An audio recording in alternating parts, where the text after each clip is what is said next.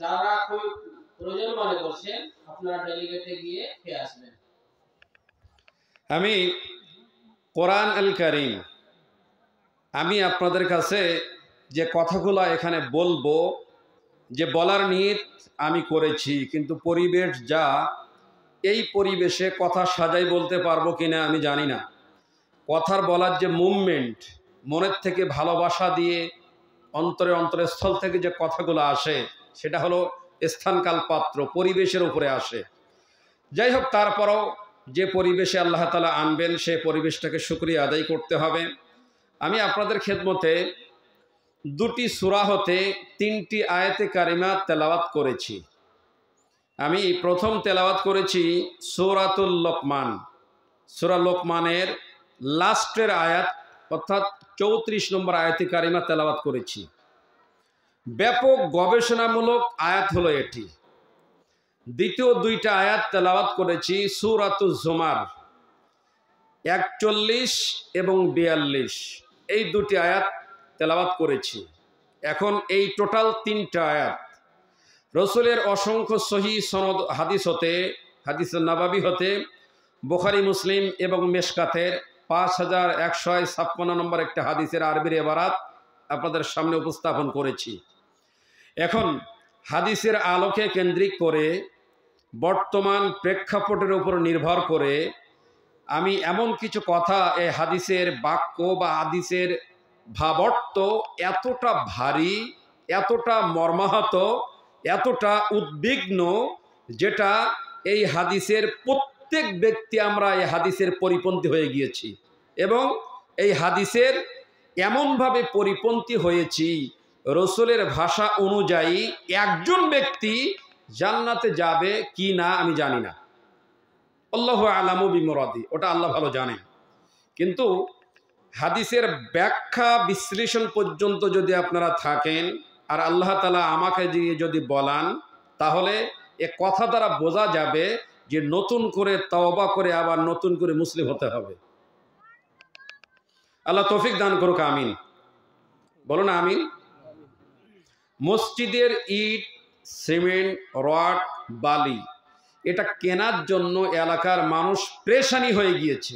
মসজিদ করতেই হবে, কিন্তু মসজিদ আবাদ করে মসজিদে যারা ইবাদত করবে এদের চরিত্র, এদের বৈশিষ্ট্য, এদের যা টু জেড সব হলো জাহান্নাম। তো মসজিদ নির্মাণ করে যারা মসজিদে প্রবেশ করবে এই ব্যক্তিগুলা যদি বাজে ক্যারেক্টারের ব্যক্তি হয়, মসজিদ নির্মাণ করে লাভ কি বলুন?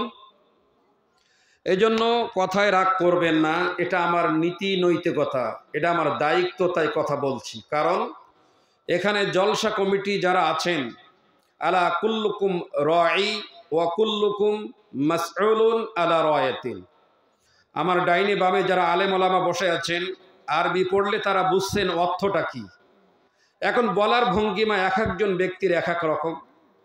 এই হাদিসের বাক্য এত ভারী, এতটা ভারী, সেটি হলো এই, প্রত্যেক দায়িত্বশীল ব্যক্তি, প্রত্যেক দায়িত্বশীল ব্যক্তি দায়িত্বর ব্যাপারে আল্লাহ তাআলার দরবারে জিজ্ঞাসিত হবেন যে দায়িত্ব কিভাবে পালন করেছে। এখন দায়িত্ব কারে বলে? বক্তব্য দেওয়ার আগে এটা দিয়ে স্টার্টিং শুরু করি। দায়িত্ব কারে বলে?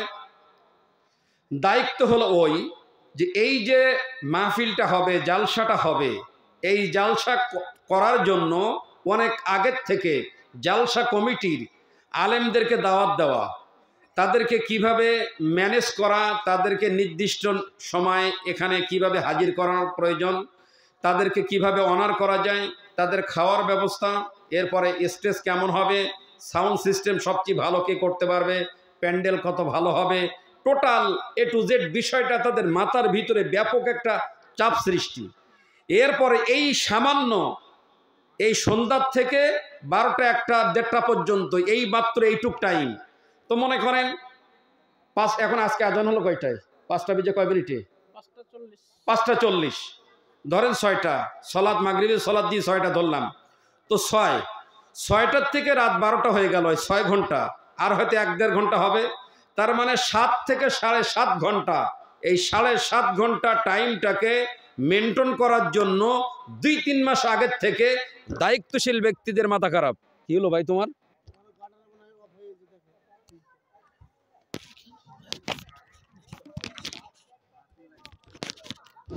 ঠিক আছে এবার তো বিষয় 7 থেকে 7.5 ঘন্টা টাইম ম্যানেজ করার জন্য কি পেরেশানি তাদের, ঠিক না? যাক আলহামদুলিল্লাহ, আমরা সাধুবাদ জানাই। এই 7.5 ঘন্টা টাইম আপনাদেরকে লিফলেটের মাধ্যমে দাওয়াত দিয়ে রাতের ঘুম হারাম করে এখানে বসাই যে ভালো কাজ তারা করতেছেন, বেনিফিট তো তারা পাবে না? নিঃসন্দেহে পাবে। এই ভালো কাজের ভিতরে আরেকটা খারাপ কাজ আছে, সেটা কি বলেন তো, বলতে পারেন? সেই ভালো কাজের ভিতরে আরেকটা কঠোর খারাপ কাজ আছে। সেটা কি? মসজিদ নির্মাণের জন্য যে মসজিদ সেখানে আছে, পুরুষরাও সালাত আদায় করবে, নারীরাও সালাত আদায় করবে না? তো আপনারা বলেন, পুরুষরা যেখানে সালাত আদায় করে, কোনো নারীরা সেই সালাতের ভিতরে প্রবেশ করে? সেখানে কি যায়? আরে কথা বলেন না কেন আপনারা? যায় না। নারীদের 2 তলা হোক 3 তলা হোক, পর্দা দিয়ে হোক, আর একটা সাইড থাকে, আর একটা দরজা থাকে। কারণ মহিলারা যদি পুরুষদের মধ্যে আসে তাহলে বিশৃঙ্খল হবে। কি হবে? বিশৃঙ্খল হবে। তাই মহিলাদের জন্য আলাদা দরজা লাগে, আলাদা জায়গা লাগবে। একই ইমাম, একই বক্তব্য, সব ঠিক, কিন্তু জায়গাটা হতে হবে আলাদা। তা না হলে পরিবেশ থাকবে না। থাকবে নাকি? থাকবে না। এখন জালসা কেন্দ্রিক নারীরা এখানে আসবে, নারীরা পর্দা মেনটেন করে আসছে, অসুবিধা নেই। আপনারা এখানে এসছেন, এটাও অসুবিধা নেই। অসুবিধা কোন জায়গায়? এই জালসা কেন্দ্রিক মেলার ব্যবস্থা আছে? কথা বলেন। আপনারা হাসলেন কেন? আপনি বুঝতে পারলেন না? ঠাটা কারে বলে একটু দেখেন। এই যে কাজ করলেন, খুব ভালো কাজ। এই ভালো কাজের পরপর এই যে খারাপ কাজটা আছে, সেই খারাপ কাজটা দেখেন। আমি তেলাওয়াত করেছি সূরা লোকমানের 34 নম্বর আয়াত। ভালো করে কথা বুঝবেন। সুদ দিয়ে বক্তব্য দিয়ে কথা বললে খুব ভালো লাগে, মনে থাকবে না। ও বক্তব্য দিয়ে লাভ কি? আমিও সুদ দেওয়াজ করতে পারি, তাতে লাভ কি যদি আপনার আমল আকীদা না ফেরত আসে? আল্লাহ তাআলা বললেন, ইন্নাল্লাহা ইনদাহু ইলমুস সাআহ। সূরা লোকমান 34 নম্বর আয়াত।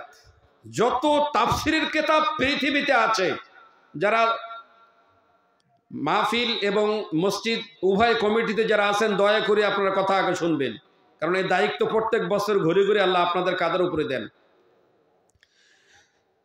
আল্লাহ তাআলা এখানে বললেন, সব তাফসীরবিদরা এই আয়াতের ব্যাখ্যা করেছে। দেখেন যে 5টা বিষয়ের জ্ঞান, 5টা বিষয়ের আসমানি জ্ঞান আল্লাহ দুনিয়ার কোনো নবীকে, দুনিয়ার কোনো মানুষকে জানতে দেননি। কয়টা বিষয়ের জ্ঞান? 5টা। মনে থাকবে? 5টা বিষয়ের জ্ঞান। প্রথমটা কি? ইন্নাল্লাহা ইনদাহু ইলমুস সাআহ। নিশ্চয় কিয়ামতের জ্ঞান। মানে কিয়ামতের জ্ঞান বলতে কি? কিয়ামত যে কবে হবে এটা আল্লাহ ছাড়া কেউ জানে না। কথা রাইট? এখন কিয়ামত, কাল কিয়ামত কবে হবে? শুক্রবারে হবে। কিয়ামত কখন হবে? কত শর্ট টাইমে কিয়ামতটা হবে? কিয়ামতের খালি সামান্য একটা বর্ণনা দিয়ে এই কিয়ামতটার আগের যে আলামত সেটা একটু বলি। কিয়ামত কিভাবে হবে? যেদিন কিয়ামত হবে, ফাইদা নুফিকা ফিস সূরি নাফকাতু ওয়াহিদা, যেদিন সিংহায় ফুৎকার দেবেন ইসরাফিল আলাইহিস সালাম, তার মুখের ফুৎকারে পৃথিবীর যত সাগর আর মহাসাগর আছে, পৃথিবী যত পাহাড় এবং পর্বত রয়েছে, পৃথিবী সৃষ্টির পর ভারসাম্য যখন ধরে রাখতে পারছিল না, আল্লাহ তাআলা পৃথিবীতে পেরেকের মতো পাহাড়কে গেড়ে দিলেন, যাতে পৃথিবী নড়াচড়া না করতে পারে। এই বিরাট বিরাট যেই পাহাড়গুলো দেখছেন, হিমালয়ের পর্বত 33,000 ফিট উঁচা, বিরাট পাহাড়, গভীর। পৃথিবীর জমিন থেকে এর তলদেশে যে কত হাজার ফিট আছে কেউ জানে না। এটি ভূবিজ্ঞানরা বলতে পারেনি। এটি পৃথিবীর যত পাহাড় পর্বত দেখতে পাচ্ছেন, আমাদের উপরে যেটা আকাশ দেখি না, কেউ কোনোদিন আকাশ দেখতে পারবে না। এটি প্রথম আকাশের মহাশূন্য দেখি আমরা। পৃথিবীর কোনো ব্যক্তি প্রথম আকাশ ওর কাছে যাওয়া তো দূরের কথা, আকাশ দেখতেই পারবে না। এরম 7টা আকাশ আছে। পৃথিবী, সূর্যের যে আলো পাচ্ছি, সূর্য, এই সূর্য, নক্ষত্র, এরপরে গ্যালাক্সি, নেহেরিকা, চাঁদ, যা কিছু আছে ফুৎকারে সবগুলা ভেঙে চুরে চৌচির হয়ে যাবে। এমন ভাবে কিয়ামত সংগঠিত হবে, একজন ব্যক্তি খাবার উঠাইছে, 1 লোকমা গালে দিবে, গালে দিতে পারবে না, কিয়ামত শুরু হয়ে গিয়েছে। একজন ব্যক্তি গাভীর কাছে গিয়েছে, দুধ দহন করবে, দহন করতেছে, এর ভিতরেই কিয়ামত শুরু হয়েছে। লোকটা জানে না যে কিয়ামত শুরু হয়ে গেছে। একজন গর্ভবতী নারী, তার বাচ্চা প্রসব করবে, বাচ্চা প্রসব করতেছে, কখন যে এর ভিতরে কিয়ামত শুরু হয়েছে, গর্ভবতী নারী, বাচ্চা প্রসব করে নারী জানতে পারবে না তার ভিতরে কিয়ামত শুরু হয়েছে। কিয়ামত এমন, এর জ্ঞানটা পৃথিবীর কাউকে আল্লাহ দেননি। 5টা জ্ঞানের একটা জ্ঞান, কিয়ামত কখন হবে কেউ জানে না। এখন কিয়ামত কখন হবে, কোন সময়টা হবে, তার আলামতটা জানেন। কিয়ামতের আলামত কারে বলে বোঝার দরকার আছে না? যে কিয়ামত যখন কখন হবে জানতে পারলাম না, তাহলে কিয়ামতটা হবে কি কি কারণে কিয়ামত হবে? কারণটা দেখেন। এই কারণের একটা কারণ হলো, আজকে এই নেন, জালসা শোনার জন্য বাড়ির থেকে এসেছেন, আপনার স্ত্রীও বাড়ির থেকে জালসা শোনার জন্য এসেছে, আপনার কন্যা, বয়সপ্রাপ্ত কন্যাও জালসা শোনার জন্য এসেছে।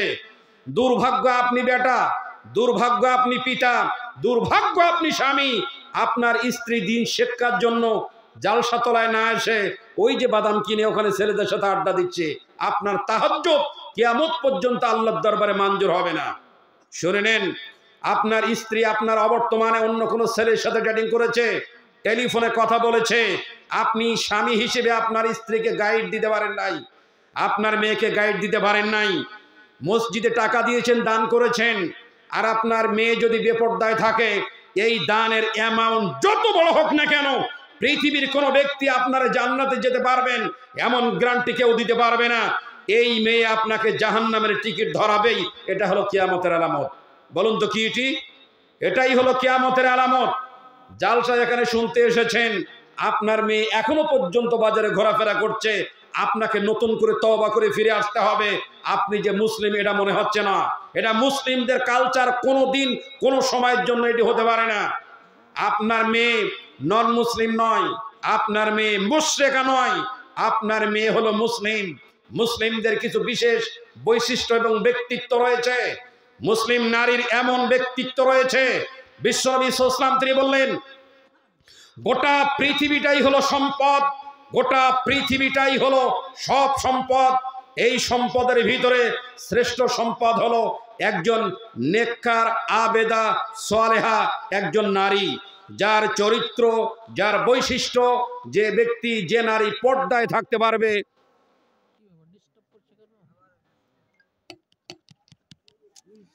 খুব ঝামেলা গো, গার্ডারটা গন্ডগোল করছে।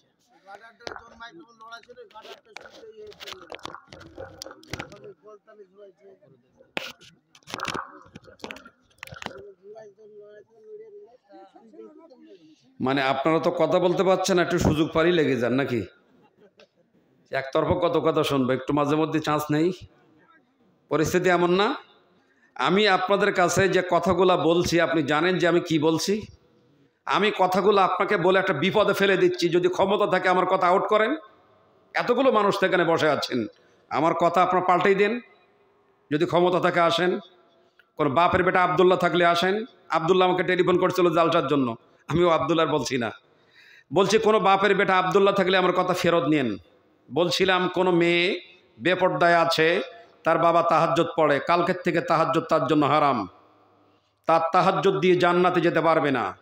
তার মেয়ে কলেজে যায়, এখনো পর্দার বাইরে, তার তাহাজ্জুদ কোনো কাজে লাগবে না, ফজরের নামাজ কাজে লাগবে না, নতুন করে তওবা করতে হবে। এর নাম কিয়ামতের আলামত। বলুন তো এর নাম কি? বলেন, এটাই কিয়ামতের আলামত। বলুন তো এটা চলছে? চলছে কি এটি? তো আপনি ঠেকাচ্ছেন না কেন? এটা আপনি ঠেকাচ্ছেন না কেন? এটি ঠেকাতে হবে আপনাকে, আপনাকে ঠেকানো লাগবে। শুনে নেন, কথা শোনেন।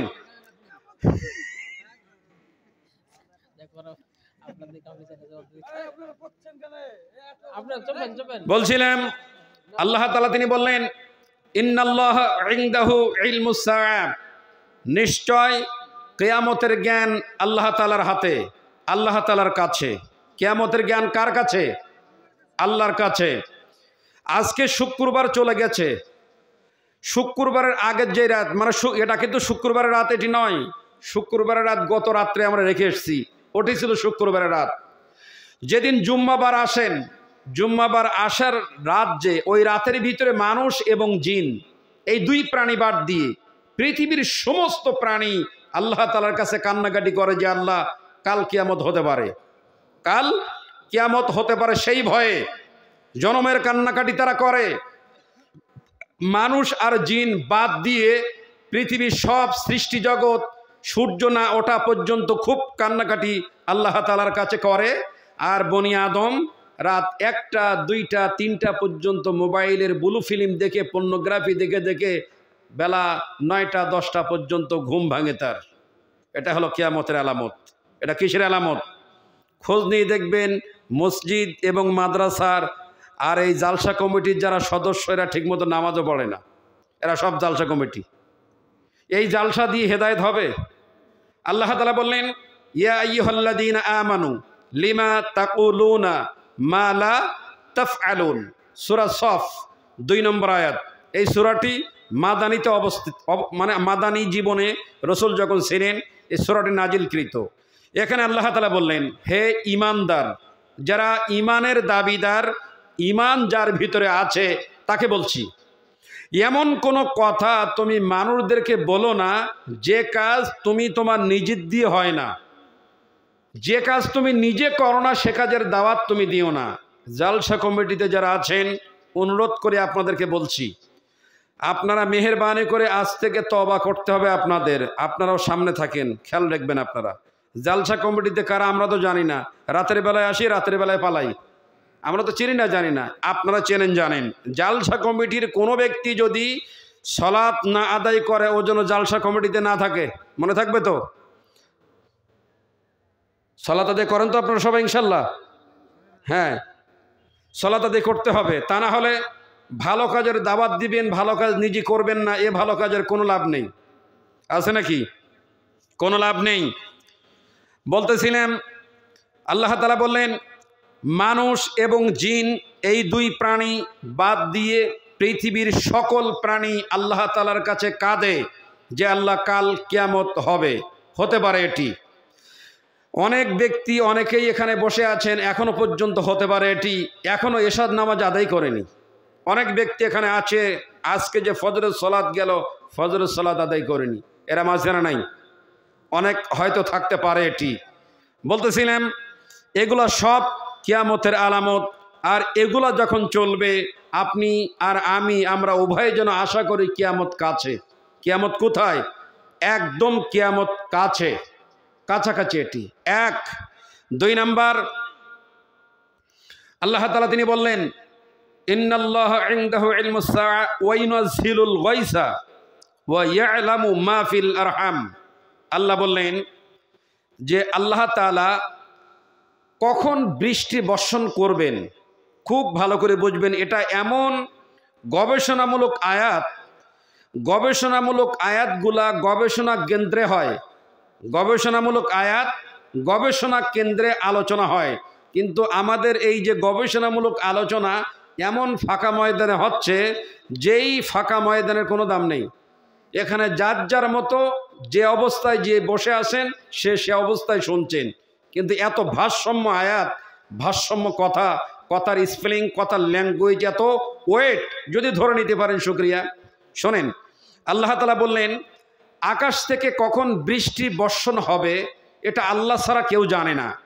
এখন বৃষ্টি কারে বলে? মাগনা কোনো জিনিস কোনো ব্যক্তি যদি পায় তাহলে তার দাম থাকে না। তার প্রমাণ এই যে করোনা নামক এক ভাইরাস আমরা পিছনে অতিক্রম করে এসেছি। করোনা এমন এক ভাইরাস, মসজিদের ভিতরে কেউ যদি 3-4 বার কাশে দেখবেন তার কাছ থেকে মানুষ আলাদা তাড়াতাড়ি দৌড়ায় ভয়তে যে ওই করোনা আমার আসতে পারে। কথা বলেন যে কাশছে আপনি মসজিদে আসবেন না, বাড়িতে থাকবেন, এরম বলে না অনেক সময়? বলে এটি। এখন আল্লাহ তাআলা তিনি বললেন যে আকাশ থেকে পৃথিবীতে বৃষ্টি বর্ষণ হয়, এটা তো তোমরা শুধু দেখেছো, মাগনা পেয়েছো, এই জন্য দাম দিলি না। সামান্য করোনার সময় মানুষের যখন অক্সিজেনের প্রয়োজন হলো, আমরা তো স্বচক্ষে দেখেছি এটি, যে 24 ঘন্টায় 48 ঘন্টায় 1-1.5 লক্ষ টাকা অক্সিজেনের বিল হয়েছে। একজন ব্যক্তি আইসিইউর ভিতরে আছেন, 72 ঘন্টার ভিতরে 3-4 লক্ষ টাকা পর্যন্ত অক্সিজেনের বিল হয়েছে। তো 72 ঘন্টার ভিতরে যদি 3 থেকে 4 লক্ষ টাকা অক্সিজেনের বিল হয়, তাহলে আল্লাহ মাগনাতে যে আপনারা অক্সিজেন দিয়ে রাখছেন, কোনোদিন শুকরিয়া আদায় করতে পারছিলেন? তো মনেই নেই যে আবার অক্সিজেন তো এমনি আসে। আপনার অজান্তে পৃথিবীর যে প্রান্তে আপনি যাবেন, আল্লাহ আপনার অক্সিজেনের এই সিস্টেমটা, ফিল্টারটা, বিশুদ্ধ অক্সিজেনটা এমনভাবে আল্লাহ আপনার সাথে সিস্টেম করে রাখছেন, এখান থেকে 2000 কিলোমিটার যদি দূরে যান, ওখানে আপনার জন্য আল্লাহ অক্সিজেনের ব্যবস্থা করে রাখছেন। আপনি ওখানে যাবেন, ওখানে যাওয়ার পরে অক্সিজেনের জন্য ওইখানে গিয়ে আপনাকে আল্লাহর কাছে দরখাস্ত করবেন যে আল্লাহ 2000 কিলোমিটার দূরে চলে যাচ্ছি, 5 দিন থাকবো, ওখানে যেন অক্সিজেনটা থাকে। এরম কোনো দিন কেউ আল্লাহর কাছে অ্যাপ্লিকেশন করেছে? কোনোদিন করেন নাই। মাগনাতে কোনো জিনিস পালি এ জাতি সে জিনিসের মূল্যায়ন করে না। বলতেছিলাম, আল্লাহ তাআলা বললেন আকাশ থেকে বৃষ্টি বর্ষণ হয়, এটা আল্লাহ ছাড়া পৃথিবীর কোনো ব্যক্তি এটা নিয়ন্ত্রণ করতে পারে না। এখন বৃষ্টি কি? বৃষ্টি মানে পানি। পানির অপর নাম হলো জীবন। পানি হলো রিজিক। গোটা পৃথিবীটার 4/3 অংশ হলো পানি, 1 অংশ হলো মাটি। প্রত্যেকটা মানুষের দেহের ভিতরে 70% হলো পানি, আর 30% হলো অন্য অন্য গোস্ত, হাড় হাড্ডি যা আছে, মাত্র 30%। এখন পানিটা কি? আপনার জমিন শুকায় একদম ফেড়ে গিয়েছে, আপনার বিলের যে জমিন ফেড়ে গিয়েছে, কোনো পানি নাই। এ অবস্থায় আপনার জমিন তো শুকাই গিয়েছে, মরে গিয়েছে জমিন। এই জমিন থেকে আপনি ফসল কিভাবে উৎপাদিত করবেন? আল্লাহ তাআলা বললেন, বান্দা চিন্তা নাই, পৃথিবীতে আসার 50,000 বছর আগে আমি তোমার রিজিকের এমন ব্যবস্থা করে রেখে দিয়েছি, আকাশ থেকে যে বৃষ্টিটা, পানিটা আসে, ওটাই হলো রিজিক। বলুন সুবহানাল্লাহ।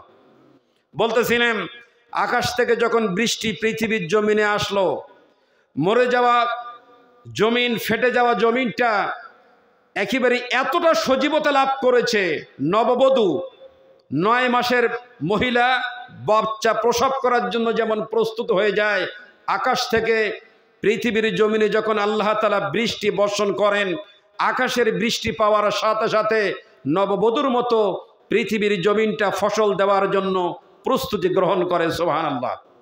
বলতেছিলাম, আল্লাহ তাআলা বললেন বৃষ্টিটা এমন একটা জিনিস, আমি যদি কুল আরাইতুম ইন আসবাহা মাউকুম গওরাং ফামাইয়াতিকুম বিমাইম মাইন। এখন যারা ব্লক করতেছেন না, ধান লাগাচ্ছেন, ধানে এখন তো আকাশের পানি নেই, এখন দেবেন নিচের পানি। নিচের পানি দিবেন না?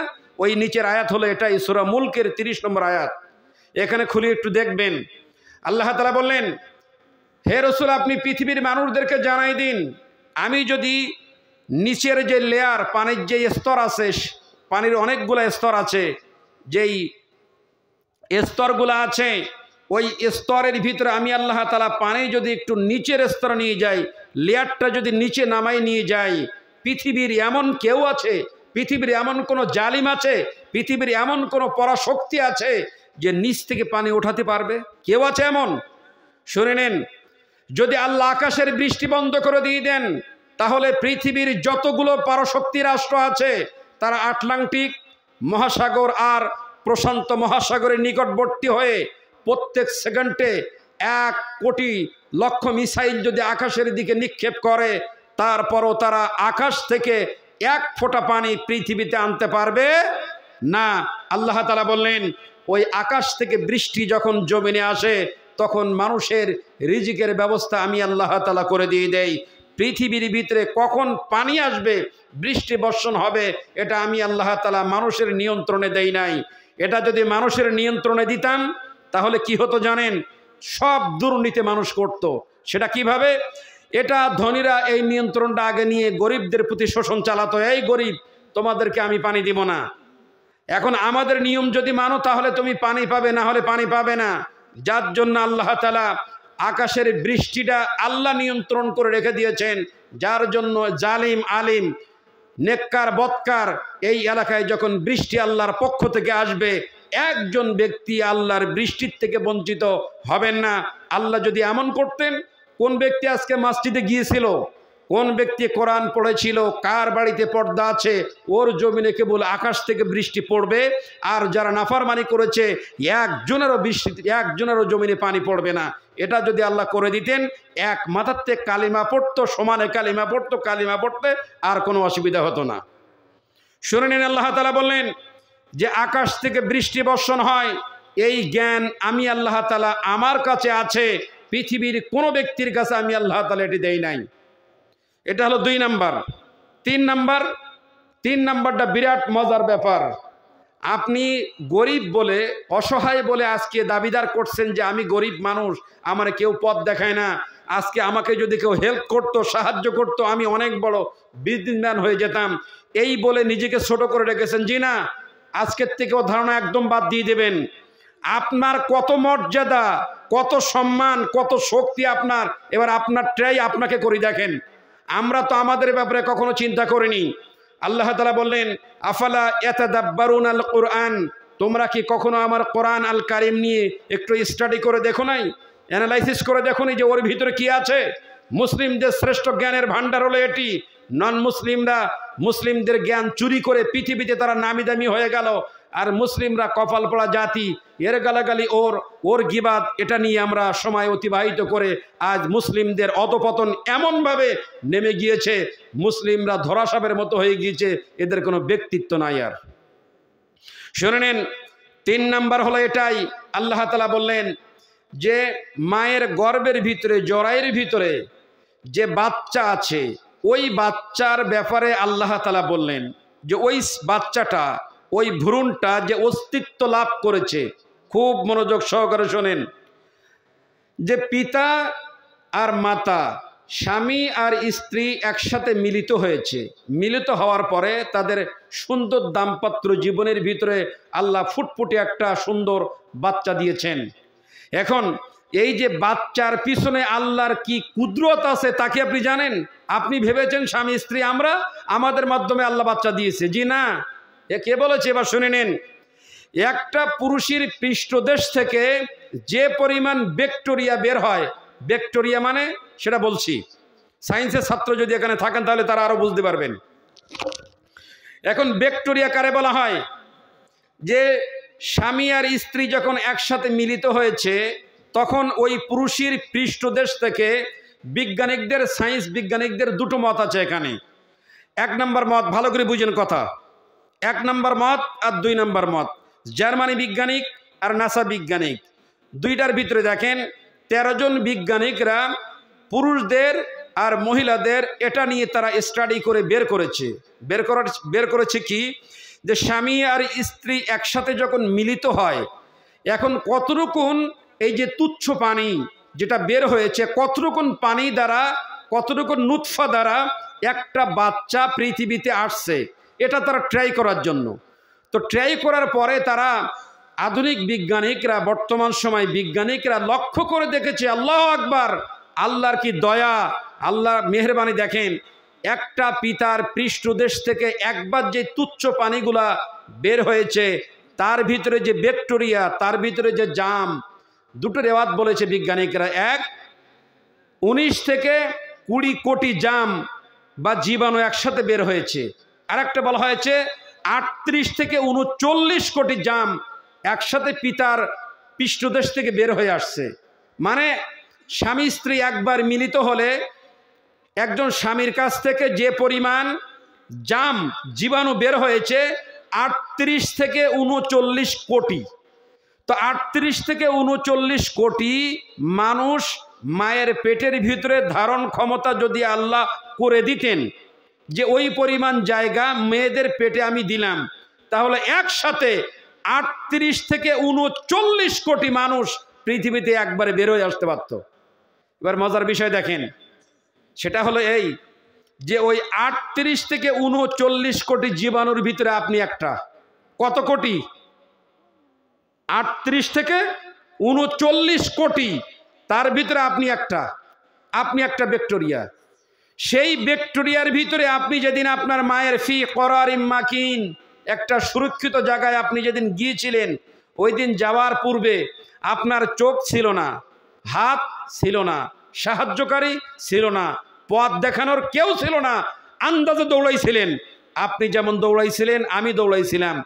38 থেকে 39 কোটি প্লেয়ার সেইখানে সংগ্রাম করে দৌড় দিয়ে দৌড়াতে যে ফার্স্ট হয়ে গেল, সে মায়ের লেহেমের ভিতরে প্রবেশ করেছে। সেই লোকটা হলাম আমি, সেই লোকটা হলেন আপনি। বলুন সুবহানাল্লাহ। আজ যারা ছিল তারা সব পিছনে পড়ে গিয়েছে, তারা প্রবেশ করতে পারেনি। তো সেই মায়ের গর্ভের ভিতরে যেদিন চোখ, নাক, মুখ, হাত, বিবেক, বুদ্ধি কিছুই ছিল না, সেদিন যদি আমি সবার কাছ থেকে 38 থেকে 39 কোটি আমার সহযোদ্ধা যারা ছিল তাদেরকে হারিয়ে, তাদেরকে পরাজিত করে আমি যদি জিতে আসতে পারি, তাহলে আমাকে আজ আল্লাহ জ্ঞান, বিজ্ঞান, বিবেক, বুদ্ধি, হাত, পা, ভাই বোন, বন্ধু, স্ত্রী, পুত্র সব কিছু দিয়েছে। তাহলে আজ কেন আমি পিছিয়ে থাকবো বলুন? কেন পিছিয়ে থাকবো আজকে আমি? আমার বিবেক, আমার কিছু নেই, আমার তো বিবেক আছে।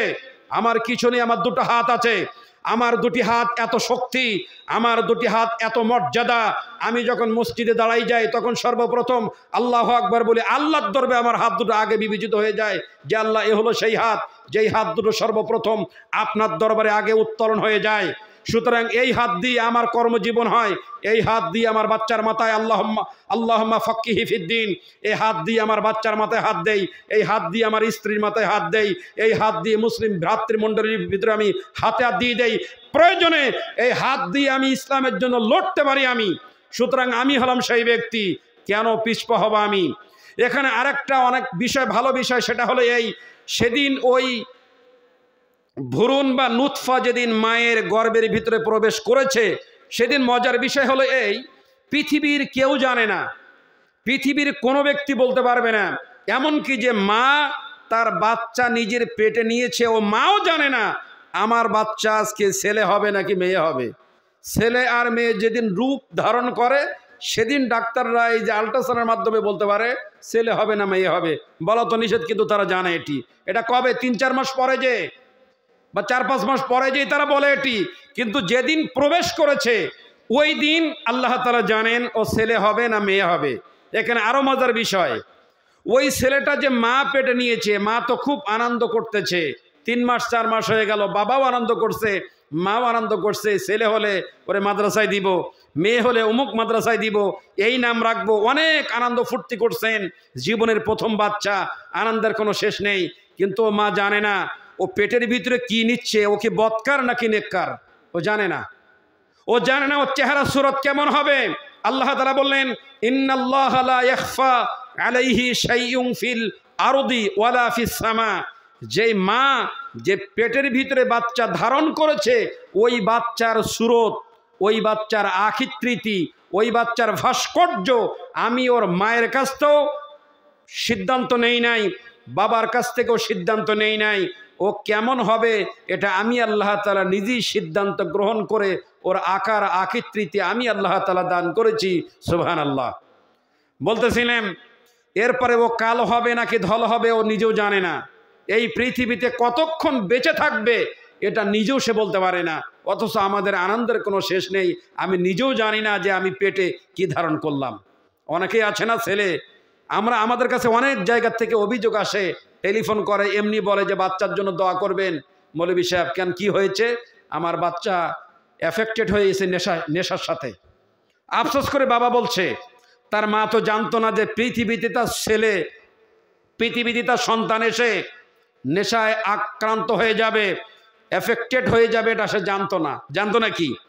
জানতো না তার মেয়ে বয়স প্রাপ্ত হওয়ার সাথে সাথে অথবা বয়স হওয়ার আগেই একটা ছেলের সাথে পালাই চলে গিয়েছে, এটা তার মাও জানতো না, তার বাবাও জানতো না। এই জন্য পেটে যে বাচ্চার ধারণ আপনি করেছেন, ভালো হবে না খারাপ হবে, কালা হবে না ধল হবে, নেককার হবে না পুণ্যবান হবে, না বাতকার হবে, পূর্ণাঙ্গ হবে না অপূর্ণাঙ্গ হবে, এইটা কেবলমাত্র আল্লাহ তাআলার কাছে রেখেছেন। পৃথিবীর কাউকে আল্লাহ তাআলা জানতে দেয় নাই। কেউ জানে কি এটি? জানতে আল্লাহ তাআলা দেননি। 4 নম্বর বিষয়, আগামীকাল একজন ব্যক্তি কি উপার্জন করবে এটা জানে না। আগামীকালে আপনি কি উপার্জন করবেন? উপার্জন দুই প্রকার। উপার্জন কয় প্রকার? দুই প্রকার। এক নাম্বার উপার্জন, যে মানুষ তার আমল কি উপার্জন করতেছে এই। আর দুই নাম্বার, মানুষ জানে না যে আগামীকাল, এখানে অনেকেই হয়তো দায়িত্বশীল ব্যক্তি আছেন, অনেকেই জানেন যে আমি একেবারেই গরিব ছিলাম, আমার বাবার শুধুমাত্র একটা থাকার জায়গা ছাড়া আমার বাবার কোনো টাকা পয়সা ছিল না। এরপরে দেখা গিয়েছে আমি টুডে টুমারো, আজকে একটু কালকে একটু করতে করতে এখন অনেক বড় বিজনেসম্যান আল্লাহ তাআলা করে দিয়েছে। অথচ ও জানতো না যে যেহেতু আমার বাবা গরিব, আমার মা গরিব, আমার অন্য অন্য বোনেরা গরিব, দিদিরা গরিব, আমি কি ধনী হতে পারবো? এটি সবার আশা এবং আকাঙ্ক্ষা থাকে, কিন্তু ও জানে না আগামীকাল আল্লাহ তাআলা ওকে কোন পজিশনে নিয়ে যাবেন।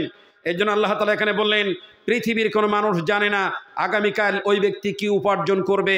সম্পদ আজকে নেই, হতাশ হয়ে গেলেন, জিনট, এটা হতাশ হওয়া যাবে না।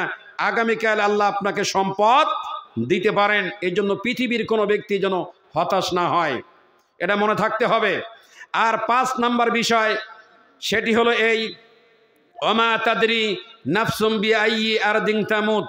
আল্লাহ তাআলা তিনি বললেন যে পৃথিবীর কোনো মানুষ, পৃথিবীর কোনো ব্যক্তি কেউ জানে না যেই জমিনে ও চলাফেরা করেছে, যেই জমিনে বড় হয়েছে, যেই স্কুলে লেখাপড়া শিখেছে, যেই বাজারে বাজার করেছে, যেই বিছনা স্ত্রীকে নিয়ে ঘুমাইছে, যেই শ্বশুর বাড়িতে গিয়েছে, যেই গাড়িতে চলাচল করেছে, ও জানে না যে ওর মরণটা কোন অবস্থায়, কোনখানে, কিভাবে আমি আল্লাহ ওরে মেরে দিব, ও জানে না। আমি জানি না যে আমার মরণ কোন অবস্থায় আমাকে আল্লাহ তাআলা দান করবেন। এই জন্য আলেমরা বলেছেন, বিজ্ঞ মুস্তাহিদগণরা বলেছেন, একজন ব্যক্তি সর্বক্ষণের জন্য ইমানের হালাতে থাকতে হবে। কিসের হালাতে? ইমানের হালাতে থাকতে হবে। এখন ইমানের হালাতে কিভাবে থাকবেন? একজন ব্যক্তি যখন ফজরের সালাত আদায় করবে, জোহর পর্যন্ত আল্লাহর জিম্মায় থাকে, বলেন সুবহানাল্লাহ। ফজরের সালাত আদায় করলে জোহর পর্যন্ত কার জিম্মায় থাকে? আল্লাহর জিম্মায়। কোনো ব্যক্তি যখন জোহরের সালাত আদায় করেছে, আসর পর্যন্ত ওই ব্যক্তি আল্লাহর জিম্মায় থাকে। কোনো ব্যক্তি যখন আসরের সালাত আদায় করেছে, মাগরিব পর্যন্ত আল্লাহর জিম্মায় থাকে। মাগরিবের সালাত আদায় করলে এশার সালাত আদায় করলে ফজর, আল্লাহ তাআলার জিম্মায় থাকে। শুনে নেন, আমরা কেউ এখানে বলতে পারি না আমার মরণ কখন হবে। কেউ বলতে পারে এটি? বলার ক্ষমতা আছে? আল্লাহ তাআলা বললেন, পৃথিবীর কোন মানুষকে আমি আল্লাহ তাআলা জানতে দেই নাই। কুল ইন্নাল মাউতাল্লাযী তাফিরুনা মিনহু ফাইন্নাহু মুলাকীকুম। হে নবী, পৃথিবীর মানুষদেরকে জানাই দিন, পৃথিবীর মানুষদেরকে বলে দিন, যেই মরণ থেকে পৃথিবীর মানুষরা পলায়ন করেছে, পৃথিবীতে সবচেয়ে মানুষরা যেই বিষয়টা ভয় পায় সেটা হলো মরণ। সেটা কি? সেটা হলো মরণ। মরণ এমন এক ঔষধ, মরণ এমন এক জমদূত, একজন ব্যক্তির কাছে যদি মরণ এসে যায়, ওই ব্যক্তিকে 1 সেকেন্ডের জন্য ত্বরান্বিত করা হবে না। কিন্তু মুশকিল হলো এটাই, আমি যেদিন মরে যাব, যেদিন আমি মরে যাচ্ছি, অথবা আমার জীবন বের করে নিয়ে যাচ্ছে, ওই নিয়ে যাওয়ার টাইমটা হলো মুক্কুম সময়। ওই মরে যাওয়ার সময়টা আমার ইমান আছে নাকি ইমান নাই, ইমানের হালাতে আমি আছি তো নাকি কুফরি অবস্থায় আছি, আমি জানি না। আমার ভাইরা, আমাদের ভিতরে একটা খারাপ চিন্তা রয়েছে, খারাপ একটা আকীদা আছে। সেটা হলো এই, আমরা অনেকেই জানি আমাদের মরণের সময় আজরাইল ফেরেশতা আসে। আজরাইল বলে কোনো ফেরেশতা আল্লাহ নামকরণ করেন নাই। আল্লাহ তাআলা বললেন, কুল ইন্নাল মাউতাল্লাযী কুল ইয়াতাওয়াফাকুম মালাকাল মাউতিল্লাযী উক্কিলা বিকুম। আল্লাহ বললেন সূরা সাজদার 11 নম্বর আয়াতে, হে রাসূল, পৃথিবীর মানুষদেরকে বলে দিন, আমি মানুষের জীবন হরণ করার জন্য, মানুষের জীবন নেওয়ার জন্য মালাকাল মাউত, আমি যেই ফেরেশতা নিয়োগ দিয়ে রেখেছি এর নাম মালাকাল মাউত। এর নাম কি? মালাকাল মাউত। আজরাইল বলে কোনো ফেরেশতা নাই, মিথ্যা কথা এটি।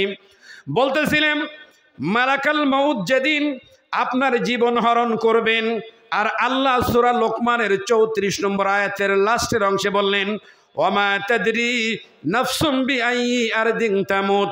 যেদিন মানুষের জীবন হরণ করা হবে, অথবা এই জমিনে আমার বান্দার জীবন যখন কেড়ে নেওয়া হবে।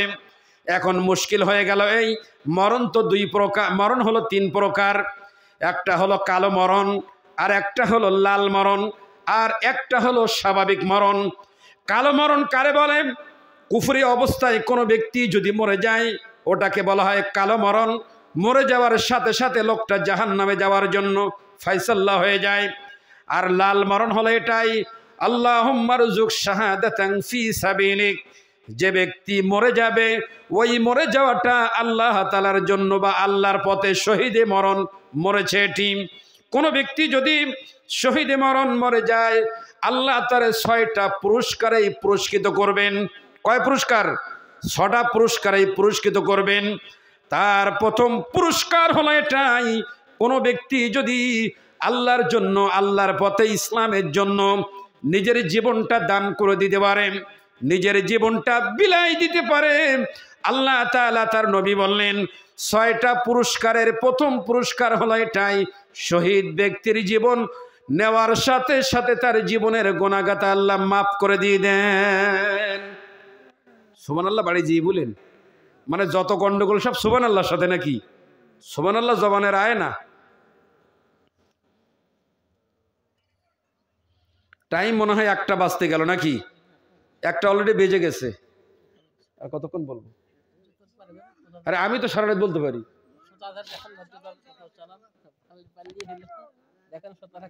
বলতেছিলাম এখন 5টা বিষয়ের জ্ঞানের লাস্টেরটা হলো মরণ। লাস্টেরটা কি? এবার দেখেন, যাদের বাড়ির তাফসীর আমাদের খেয়াল করেন, আমি এই পয়েন্টটা কেন আনলাম একটু দেখেন। আর সামনে আরো 2টো আয়াত আছে, খুব মারাত্মক আয়াত, বুঝতে পারবেন। যদি থাকেন তাহলে বলবো ইনশাল্লাহ। এই বিষয়টা কেন টানলাম আজকে? আমরা এমন দুনিয়ার প্রতি এফেক্টেড হয়ে গিয়েছি, দুনিয়ার প্রতি এত আসক্ত হয়ে গিয়েছি, দুনিয়া করতে করতে কখন যে মরণ হচ্ছে আমরা জানি না। জানি না কি? আমরা জানি না। আমার ভাইরা, একটা মুনশিদের গল্প আপনাদেরকে শোনাই। একজন ব্যক্তি কোনোদিন সালাত আদায় করে না, আল্লাহর একজন নাফরমান বান্দা। স্বামী আর স্ত্রী একসাথে ঘুমাইছে বিছনায়, গরমের সময়। কথা বলেন না, গরমের সময় ঘুমাইছে। ঘুমানোর পরে স্বামী আর স্ত্রী একসাথে ঘুমাতে ঘুমাতে হঠাৎ স্বামী একটা স্বপ্ন দেখলো, খুব খারাপ স্বপ্ন দেখেছে। এই স্বপ্ন দেখার পরে ঘুম থেকে যখন জাগ্রত হলেন, এরপরে দেখলেন সমস্ত শরীর ঘেমে গেছে, স্ত্রী পাশে ঘুমানো আছে। স্ত্রীকে ডাক দিয়ে বললেন, একটু আগে তুমি কোথায় ছিলে?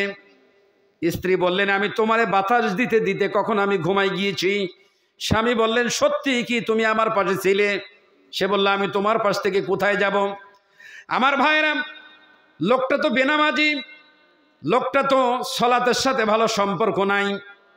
এবার ফজরের আজান এখনো হয় নাই, লোকটা ঘুমাতে পারছে না, ছটফট করতেছেন। হঠাৎ করে আজান হয়ে গেল, মসজিদে আজান।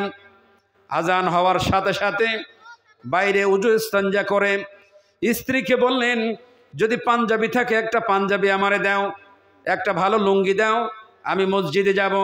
জীবনে কোনোদিন যেই লোক শুক্রবারের দিন মসজিদে গেল না, 5 ওয়াক্ত তো যাই না, এই লোক হঠাৎ এমন কি হয়েছে ফজরের সময় মসজিদে যাবে, কারণ কি? ও সময় স্ত্রী ডাক দিয়ে বললেন, মাথা ঠিক আছে তো? এতবার দাওয়াত করলাম তোমাকে আল্লাহর ঘরে নিয়ে যাওয়ার জন্য, কোনো দিন গেলে না, আর আজকে এমন কি মনে হলো মসজিদে যাওয়ার জন্য আহ্বান করলে? স্বামী তখন বললেন, কোনো কথা শুনতে চাই না, তাড়াতাড়ি তুমি আমার ভালো পাঞ্জাবি আর লুঙ্গি দাও। স্ত্রী তাই দিলেন। দেওয়ার পরে ওগুলো গায়ে দিয়ে মসজিদে চলে গেলেন। এলাকার 1 নম্বর বেনামাজি যদি কোনোদিন মসজিদে না আসে, ওই লোকটা যদি ফজরের কাতারের আগে থাকে, প্রত্যেকটা লোক তার চেহারায় আগে তাকায় যে মসজিদে কেমনে আসলো, ভুলটুল হলো না তো? তাকায় না? এটা জীবনে কোনোদিন মসজিদে আসলো না, এ আজকে মসজিদে কারণ কি? আমার ভাইরা, নামাজ আদায় করে সবাই যখন চলে গেলেন, এবার উনি বসে আছেন, ইমাম সাহেব আর মুয়াজ্জিন দুজন বসে আছে। এবার মুয়াজ্জিনও চলে গেলেন, আছে মাত্র ইমাম সাহেব, আর কেউ নেই। ইমামের কাছাকাছি গিয়ে সালাম দিলেন আর বললেন, ইমাম সাহেব, আমি ঘুমের ভিতরে একটা স্বপ্ন দেখেছিলাম, খুব খারাপ স্বপ্ন, দয়া করে আমার স্বপ্নের ব্যাখ্যাটা কি আপনি দিবেন? বলল, কি দেখেছেন বলেন তো দেখি। তিনি বললেন, আমি ঘুমের ভিতরে স্বপ্ন দেখলাম যে আমাকে একটা চিতাবাঘ আমার ধরার জন্য আসছে, আমারে খাবে। তাই এখন বাঘ, ওর তো দয়া ধর্ম কিচ্ছু নাই, ও আমারে খাবেই খাবে। বাঘের হাত থেকে বাঁচার জন্য আমি দৌড় মারলাম। দৌড়াতে দৌড়াতে দৌড়াতে দৌড়াতে সামনে একটা বিরাট গাছ পেলাম, আর বাঘ আমাকে ধরবে আর গাছে উঠবো। মধ্যখানে যে জায়গাটা আছে, বাঘ আর আমার ভিতরে যে সেন্টেন্সটা, যে দূরত্ব আছে, আমার কাছে আসতে আসতে আমি দ্রুত গাছের মাথায় উঠে গেলাম। তলায় বাঘ বসে আছে, নিচের নাম নেই, আমাকে ধরবে। আমি ঘুমের স্বপ্ন দেখছি এটা। এরপরে আমি যেই ডালের উপরে আশ্রয় নিলাম, ওই ডালের গোড়ায় দুইটা ইঁদুর, সাদা ইঁদুর আর কালো ইঁদুর গাছের গোড়াটা কেটে দিচ্ছে। আমি লক্ষ্য করে দেখলাম গাছের ডালটা কেটে দিচ্ছে। এখন অন্য কোনো ডালে যাব কিনা চিন্তা করতে করতে হঠাৎ আমার মাথায় এক টুপ করে পানির মতো কি যেন পড়তেছে, কি যেন পড়তেছে। এই পড়তে পড়তে আমি আকাশের দিকে বা উপরে তাকালাম। তাকানোর সাথে সাথে দেখলাম উপর থেকে একটা বিরাট মৌচাক, মৌমাছির চাক আছে। এই মৌচাক থেকে এত পরিমাণ মধু, মৌচাক থেকে এক টোপ করে মধু নিচে পড়তেছে। আমি তো খুব তৃষ্ণার্ত ছিলাম, তাই আমি যেভাবে মধুটা আসছে ওদিকে একটু হা করেছি। আমার গালের ভিতরে যখন টপ টপ করে মধু এসে পড়ছে, মধু তো মিষ্টি লাগে, মিঠা লাগে, মিঠা লাগে না? মধু যখন গালের ভিতরে মিঠা লেগেছি, ওই মিঠা খেতে খেতে আমার ডালটা কেটে দিচ্ছে ইঁদুরে, এটা ভুলে গিয়েছি। তলায় যে বাঘ আছে, নিচে পড়লেই ধরে ফেলবে, এটাও ভুলে গিয়েছি। হঠাৎ এইগুলা দেখতে দেখতে আমার ঘুম ভেঙে গিয়েছে। দয়া করে বলুন তো দেখি এ স্বপ্নের অর্থ কি হতে পারে? আমার ভাইয়েরা, এ সময় ইমাম সাহেব বললেন, যেই বাঘটা তোমার পিছনে দৌড়াচ্ছিল তারা দিয়েছে, তোমাকে ধাওয়া করেছি, ওটা হলো তোমার জীবনের হায়াত। যেদিন তোমার পৃথিবীতে আল্লাহ প্রেরণ করেছেন, একজন বাচ্চা যখন মায়ের গর্ভে থাকে, তার ভাগ্যে আল্লাহর পক্ষ থেকে ফেরেশতা এসে 4টা বাক্য লিখে দিয়ে যায়। 4টা বাক্যর একটা হলো এই পৃথিবীতে লোকটা কতদিন থাকতে পারবে, কত কদম পৃথিবীতে উঠাবে, এই কদম যে উঠাবে, কতক্ষণ পৃথিবীতে শ্বাস ফেলতে পারবে, কতক্ষণ হায়াত রয়েছে। এই কথাটা পৃথিবীতে আসার আগেই 120 দিন বয়স যখন তার মায়ের পেটে হয়ে যায়, ফেরেশতারা এসে তার ভাগ্যের ভিতরে এটা লিখে দিয়ে দেয়। আমার ভাইয়েরা, তখন ইমাম সাহেব বললেন, ওটা হলো হায়াত, যেই হায়াত তোমারে তাড়া করতেছে, যে কোনো সময় তোমারে ধরে ফেলবে। পৃথিবীর মানুষ যদি জানতো আগামীকাল অথবা পশু বা 1 মাস পর আমার মরণ হবে, আমার মরণ হবে এটা 1 মাস আগে, পৃথিবীর সব মানুষরা যদি জেনে যেত, 1 মাস আসার আগে পৃথিবীর মানুষরা খাওয়া দাওয়া বন্ধ করে টেনশন করে মরে যেত না? আমার ভাইরা ভয়তে মরে যেত। যার কারণে আল্লাহ তাআলা বললেন, ওয়ামা তাদরি নাফসুম বিআই আরদিন তামুত, এই জমিনে তোমারে মেরে দিব, কিন্তু তুমি জানো না কোন দিন তোমারে মারবো। এই জ্ঞান পৃথিবীর কোনো মানুষকে আমি আল্লাহ তাআলা জানতে দেই নাই। কি করতে দেই নাই? জানতে দেয়নি। মানুষ জানবে না কোন অবস্থা তারা মেরে দিব। আমার ভাইরা, ইমানের হালাতে কেন থাকতে হবে দেখেন। ইমাম সাহেবকে জিজ্ঞেস করলেন, ইমাম সাহেব জিজ্ঞেস করলেন, তারপরে কি দেখেছো? তিনি বললেন, আমি একটা গাছের আশ্রয় নিয়েছিলাম, যেই গাছের তলায় বা গাছের গোড়ায় 2টা ইঁদুর, সাদা ইঁদুর আর কালো ইঁদুর গাছ কেটে দিচ্ছে। তিনি বললেন, সাদা ইঁদুর হলো দিন আর কালো ইঁদুর হলো রাত। আর ডালের গোড়া কেটে দিচ্ছে, তার মানে একদিন চলে যায়, জীবন থেকে একটা দিন হারাই গেল। ওই হারানো দিনটা জীবনে কোনো দিন তুমি আর ফেরত পাইবে না। আজকে রাতটা চলে গেল, সারা জীবন যদি চোখের পানি ফেলেন, জীবন থেকে এই রাতটা চলে গেল, এই রাত কোনোদিন ফিরে পাবেন না, হায়াত থেকে হারাই গেল এটা। জীবনে স্ত্রী যদি মরে যায়, দ্বিতীয় আরেকটা স্ত্রী পাওয়া যায়। হাতের আজকে টাকা চলে গিয়েছে, কালকে টাকা হবে এটি। বন্ধু বান্ধব চলে গেলে নতুন করে বন্ধু বান্ধব পাওয়া যায়। জীবন থেকে যদি 1 সেকেন্ডের জন্য হায়াত চলে যায়, ওই হায়াত পৃথিবীতে কোনো ব্যক্তি আপনারে ফেরত দিতে পারবে না। এর নাম হায়াত। এর নাম কি আমার ভাইয়েরা? ও সময় বললেন, সাদা ইঁদুর আর কালো ইঁদুর হলো তোমার জীবন, তোমার মরণ, এটা হলো এই হায়াত। আর উপর থেকে দেখলাম টপ টপ করে আমারে এক ফোঁটা করে পানি পড়ছে। হা করলাম, গালের ভিতরে যে দেখলাম মিষ্টি লাগছে, মধু হলো, এটি খাচ্ছিলাম। ওই খেতে খেতে কখন যে ডাল কেটে দিচ্ছে, কখন যে বাঘ বসে আছে তলায় ধরে ফেলবে, কিচ্ছু মনে নাই আমার। ওই সময় বললেন, এক টুপ করে যেই টপ টপ করে যেই মধুটা তোমার গালে পড়ছে, এটা হলো দুনিয়া। এটা নাম কি? এটা হলো দুনিয়া। আল্লাহ তাআলা বললেন, অগররাতহুমুল হায়াতুদ দুনিয়া, পৃথিবীর মানুষদের কি পরকাল সর্বনাশ করে দেয়। এই সর্বনাশ করে দেওয়ার জায়গার নাম হলো দুনিয়া।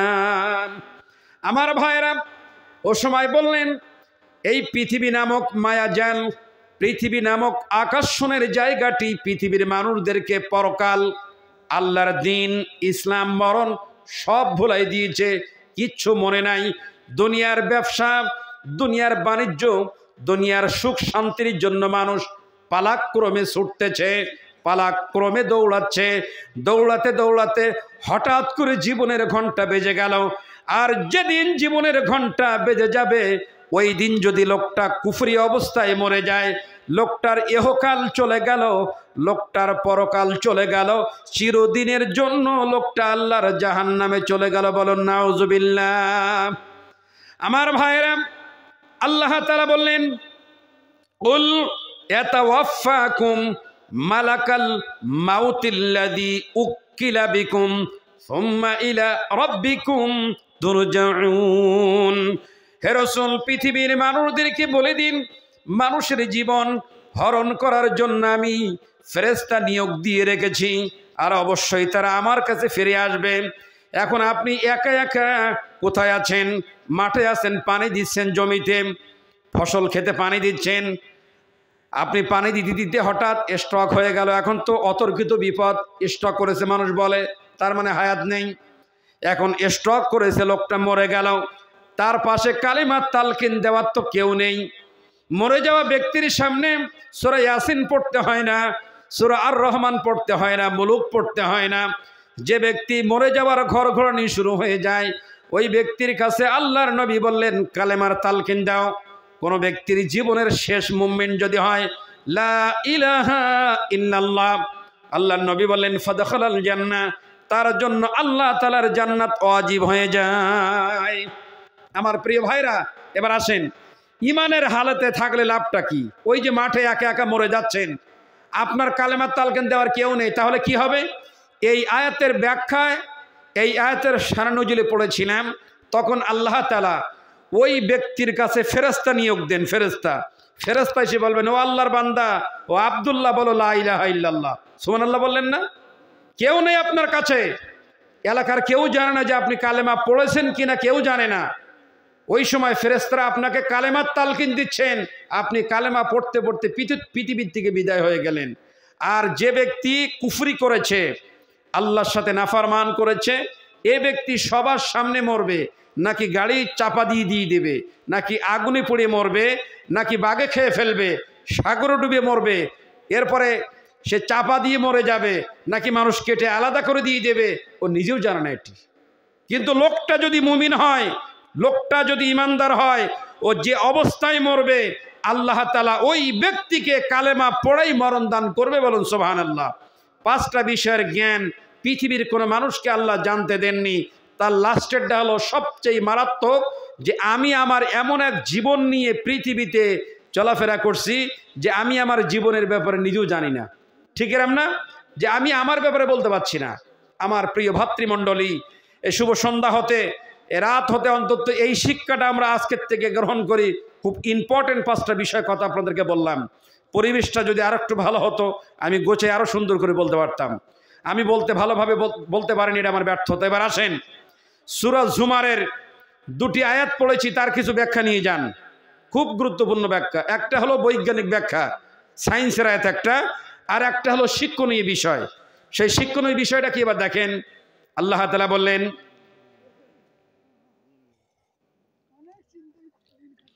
ইন্না আনজালনা আলাইকাল কিতাবা লিন-নাসি বিল হক ফামান ইহতাদা ফালিনাফসি ওয়া মান দাল্লা ফাইন্নামা ইয়াদিল্লু আলাইহা ওয়া মা আনতা আলাইহিম বিওয়াকিল। এই আয়াতের সাথে আর আমাদের কেমন মিল আছে একটু দেখেন তো দেখি। আল্লাহর নবী মক্কা নগরীতে থাকা অবস্থায় খুব পেরেশানি করলেন, মানুষদেরকে নিয়ে খুব চিন্তিত হয়ে গেলেন। এত চিন্তিত হয়ে গেলেন যে কোনো মানুষ ধর্ম পালন করছে না, ধর্মের বিরোধিতা করছে। সে সময় আল্লাহর নবী সাল্লাল্লাহু আলাইহি সাল্লাম খুব পেরেশানি হয়ে গেলেন, চিন্তিত হয়ে গেলেন। তখন আল্লাহ জিবরিলের মাধ্যমে এ আয়াতটা নাজিল করে জানাই দিলেন, ইন্না আনজালনা আলাইকাল কিতাবা লিন-নাসি বিল হক, নিশ্চয় আপনার প্রতি মানুষের জন্য সত্য সহকারে কিতাব অবতীর্ণ করা হয়েছে। তার মানে পৃথিবীর মানুষদেরকে আমি আল্লাহ তাআলা হেদায়েত দেওয়ার জন্য পীরের দরবারে যেতে বলি নাই, খানকায় যেতে বলিনি, মাজারে যেতে বলিনি, পীরদের কাছে মুরিদ হওয়ার জন্য বলি নাই। আল্লাহ তার নবীকে জানালেন পৃথিবীর মানুষদেরকে হেদায়েত, আল্লাহর পথে আসবে, হেদায়েত পাবে, ভালো হবে। এই ভালো হওয়ার জন্য যেই গ্রন্থটা, যেই লিফলেট, যেই সংবিধান, যেই গাইডটা দিলাম, এই গাইডটার নাম হলো কোরআন আল কারীম। গাইডটার নাম কি? কোরআন আল কারীম। আল্লাহ বললেন নিশ্চয় আপনার প্রতি সত্য সহকারে মানুষের জন্য আমি আল্লাহ তাআলা কোরআন আল কারীম নাজিল করেছি। তারপরে 3টা সেন্টেন্স আছে দেখেন, ফামা নিহতাদা ফালি নাফসি, কোনো ব্যক্তি যদি কোরআন আল কারীমের দিকে আসে, আল্লাহর ভাষা দেখেন, হে রাসূল চিন্তা করবেন না, পেরেশানি করবেন না। কোনো ব্যক্তি আপনার কোনো উম্মত যদি কোরআন আল কারীমের দিকে আসে, এই হেদায়েত যদি গ্রহণ করে, ওই ব্যক্তি তাহলে নিজের কল্যাণের জন্য আসলো। কার দিকে আসলো? নিজের কল্যাণের দিকে নিজেই আসলো। এটি এইখানে মনে করেন মসজিদের সামনে কুরবানির গোশত দেওয়া হচ্ছে বা উটের গোশত দেওয়া হচ্ছে। এখন এলান করা হয়েছে যারা আসবে তারা 10 কেজি করে উটের গোশত পাবে। বাড়ির থেকে শুনলেন আপনি, শোনার পরে ওখানে বসে বসে আইটেম করছেন, আমি খুব গোশত খাবো। আপনার স্ত্রী বলছে যাও তুমি গোশতরা নিয়ে আসো, কিন্তু আপনি বাড়ির থেকে আসলেন না। যারা যারা আসছে তারা গোশত নিয়ে গেল। যে ব্যক্তি বাড়িতে খালি বসে বসে আইটেম করেছে, এ ব্যক্তি তো গোশত পেল না। পেল না কি? যারা আসছে তারা পেল, যারা আসলো না তারা কি বঞ্চিত হলো। ঠিক আল্লাহ রসুলকে জানালেন, হে রসুল মন খারাপ করবেন না, ফামা নিহতাদা ফালি নাফসি, যে ব্যক্তি কোরআন আল কারীমের হেদায়েতের দিকে আসবে, ওই ব্যক্তি নিজের হেদায়েতের জন্য আসলো, নিজের কল্যাণের জন্য আসলো। বাট দ্বিতীয় সেন্টেন্সে আল্লাহ তাআলা বললেন, ওমান দাল্লা ফাইন্নামা ইয়াদিল্লু আলাইহা, কোনো ব্যক্তি যদি কোরআন আল কারীমের হেদায়েত থেকে দূরে যায়, এর হেদায়েতের কাছে না এসে বাবার কাছে যায়, খাজার কাছে যায়, ল্যাংটা বাবার কাছে যায়, শিকল বাবার কাছে যায়, পীরের দরবারে মুরিদ হওয়ার জন্য যায়, এই সকল পথে পৃথিবীর কোনো ব্যক্তি যদি যায়, ওই ব্যক্তি জাহান্নামে যাবে, গুমরাহি হবে, নিজ দায়িত্বে তাই হয়েছে, আপনার চিন্তা নেই এটি। ওমা আনতা আলাইহিম বিওয়াকিল, আর ওই ব্যক্তিদের জিম্মেদারি আমি আল্লাহ আপনাকে দেই নাই। তার মানে হলো এটাই, সবার কাছে আমি আল্লাহ কোরআন আল কারীমের বাণী পৌঁছাই দিলাম। এই কোরআন আল কারীমের ভিতরে পথ বাতাই দিলাম। এই পথ বাতানোর পরে কোনো ব্যক্তি যাকে জ্ঞান দিলাম, ভালো মন্দ দুটোই বোঝে, এই জ্ঞান তার ভিতরে যাওয়ার পরে সে যদি এ পথে না আসে, ও যদি বাঁকা পথে চলে যায়, এই জন্য আমি আল্লাহ তাআলা আপনার জিম্মেদারি আপনাকে দেই নাই। আপনার দায়িত্ব জাতির কাছে সত্য কথা বলা, এরপরে যদি হেদায়েত না হয়, এই জন্য আমি আল্লাহ তাআলা আপনার দায়বদ্ধতা রাখবো না। কোনো ব্যক্তি যদি হেদায়েতের পথে আসে, ওই ব্যক্তি কল্যাণের দিকে এসেছে। আর কোনো ব্যক্তি যদি হেদায়েতের পথে না আসে, ওই ব্যক্তি নিজের মঙ্গলের জন্য আসলো না, ওই ব্যক্তি গুমরাহির জন্য জাহান্নামের টিকিট কেটে ফেলেছে। বলুন নাউজুবিল্লাহ। তার মানে হলো এটাই। আজকের এই বাস্তবতা দেখেন যে জালসা করা হয়েছে কেন? তাদারুসুল ইলমি সাআতাম মিনাল লাইলি খায়রুম মিন ইহইয়াইহা। রাতে কিছু সময় এলেম চর্চা করা সারা রাত নফল ইবাদতের চাইতে বেশি উত্তম। এখন যারা দায়িত্বশীল ব্যক্তি তারা চিন্তিত যে আমরা দাওয়াত করলাম, মানুষ কেন আসলো না, কোনো চিন্তার কারণ নেই এটি। আল্লাহ তাআলা বললেন তোমাদের কাজ দাওয়াত দেওয়া, দাওয়াত দাও।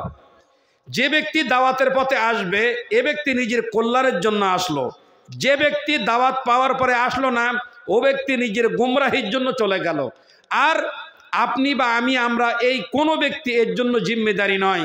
কে হেদায়েত হবে, কে হেদায়েত থেকে বঞ্চিত হবে, এটা কন্ট্রোল করেছেন কে?